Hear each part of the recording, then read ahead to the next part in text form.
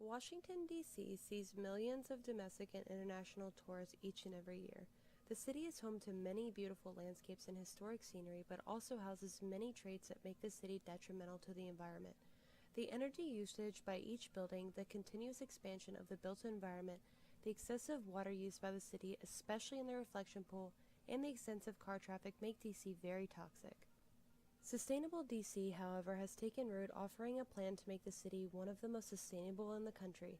Doing this requires much more than making buildings and products green. The city has stated in their plans to also offer education on sustainability to the city's youth, offer easier access to parks for all residents, train employees on how to operate under green infrastructures, reduce energy consumption, and improve transportation modes. These are just some of the new implementations that will set DC up to be one of the most sustainable cities in the country. So join us on our tour of the new sustainable Washington, D.C. Since April of 2010, the district's population has grown by more than 30,600 residents, and all signs point to a steady growth for years to come. Sustainable DC is the city's major planning effort to make DC the most sustainable city in the country. Led by the Department of Energy and Environment and the Office of Planning, it is a collaborative effort involving the input and participation of thousands of members of the district community. A series of community meetings and discussions were held after Sustainable DC was first initiated in the summer of 2011. More than 700 committed volunteers met every other week to draft a vision and develop recommendations for goals and actions within the topics of built environment, climate, energy, food, nature, transportation, waste, water, and the green economy. The working groups recommended 900 goals and actions for consideration in the final plan.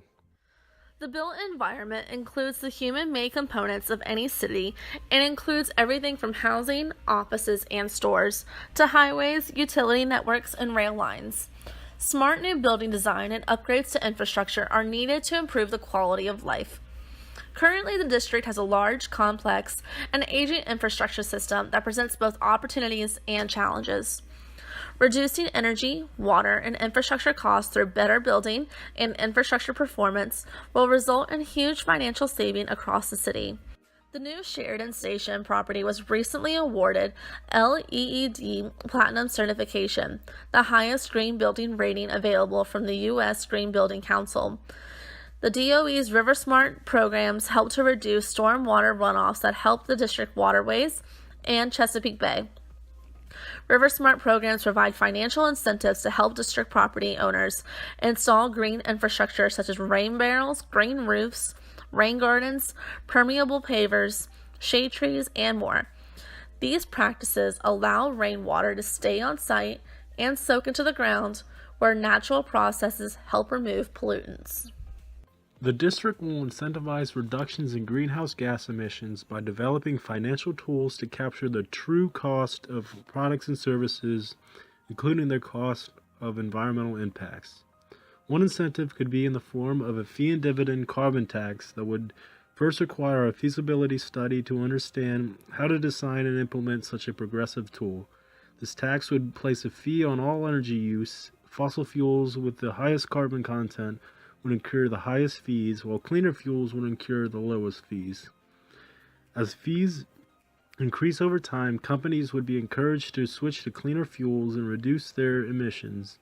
The revenue generated by this carbon tax would be reinvested in climate protection, preparedness, and adaptation programs. The green ratings regarding the Smithsonian show that these institutes are on track towards meeting goals regarding the reduction of greenhouse gas emissions, usage of renewable energy, reduction in potable water intensity, and reduction of in-fleet petroleum use. For example, many of the national museums utilize the use of recycling and use of recycled material, water conservation practices in bathrooms, and the use of all Green Seal certified cleaning products. Even with all these green implementations, many of these institutions are not LEED certified. However, in September 2011, the National Museum of the American Indian became the first LEED certified Smithsonian museum, achieving the silver level certification, and the latest addition to the Smithsonian, the National Museum of African American History and Culture, is the greenest building in Washington, D.C., and is also certified gold under LEED standards. An efficient transportation system connects people and places within DC and allows residents to reach their destinations quickly, conveniently, and safely. The district's transportation system is extensive and includes many forms such as trains, buses, bicycles, private and shared cars, trucks, and of course walking. Sustainable DC will expand the range of affordable transportation options in neighborhoods across the district. The DDOT installed 6 miles of bike lanes in 2016 for a total of 80 miles of bike lanes across DC.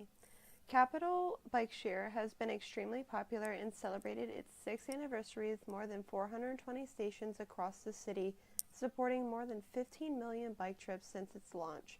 To improve congestion from the high number of commuters using private vehicles to commute into the city every day, the district will promote strategies that private businesses can adopt to incentivize staff to use transit, bike, or walk to work.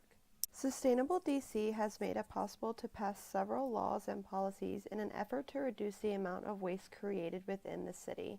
Here are just 2 examples. The Sustainable DC Omnibus Amendment of 2014 bans the use of disposable food service ware made of expanded polystyrene, commonly known as styrofoam, and other products that cannot be recycled or composted. The Anacostia River Cleanup and Protection Act of 2009, commonly known as the Bag Law, requires that district businesses that sell food or alcohol charge a 5-cent fee for each paper and plastic bag distributed with any purchase. Although DC has made plans regarding waste reduction, energy use reduction, and emission control, there are still factors out of their control, like the growing risk of climate change. Changing weather patterns and other environmental changes are likely to become more severe as our climate changes. Hotter summer temperatures and more concentrated rainfall could result in poorer air and water quality.